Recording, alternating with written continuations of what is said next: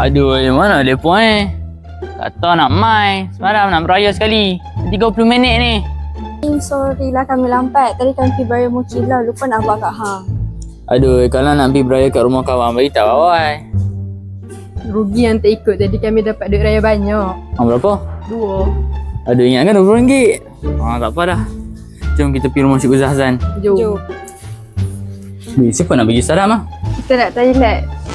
Latta, belum? Naim. Aduh, yalah. Assalamualaikum, cikgu. Salam. Lah, hampa bertiga ke? Mama, masuk. Hei, anak tua cikgu ni. Masuk. Allah Akbar. Ni datang ayah daripada mana ni? Ya cikgu, tadi saya tunggu mereka dua orang ni. 30 minit saya tunggu cikgu. Katanya nak raya hari ni, tapi mereka pergi rumah kawan pula. La ilaha illallah. Hampa tinggal kawan hampa ni nah. Alah Naim, 30 minit je pun, bukan 10 jam. Tu lah bukan lambat pun. Dah. Hampa ni dah kerja nak gaduh je pagi lah. Ni, makan biskut ayah cikgu buat ni. Sedap lah. Ni Aina, cikgu nak tanya sikit. Kenapa bawa bantal kamu ni? Oh, ni bantal busuk saya. Saya letak duit saya semua dalam ni. Bantal kamu ni jadi duit raya? Ya.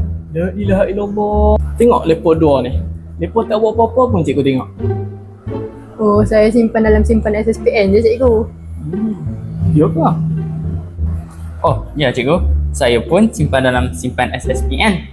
Simpan SSPN? Mari cikgu tengok je. Oh, simpan SSPN. Baru cikgu tahu. Simpan dalam SSPN ni bukan setakat selamat. Tapi mak ayah korang pun senang hati. Sebab ada pelepasan taksiran cukai sebanyak RM10,000. Banyak tau.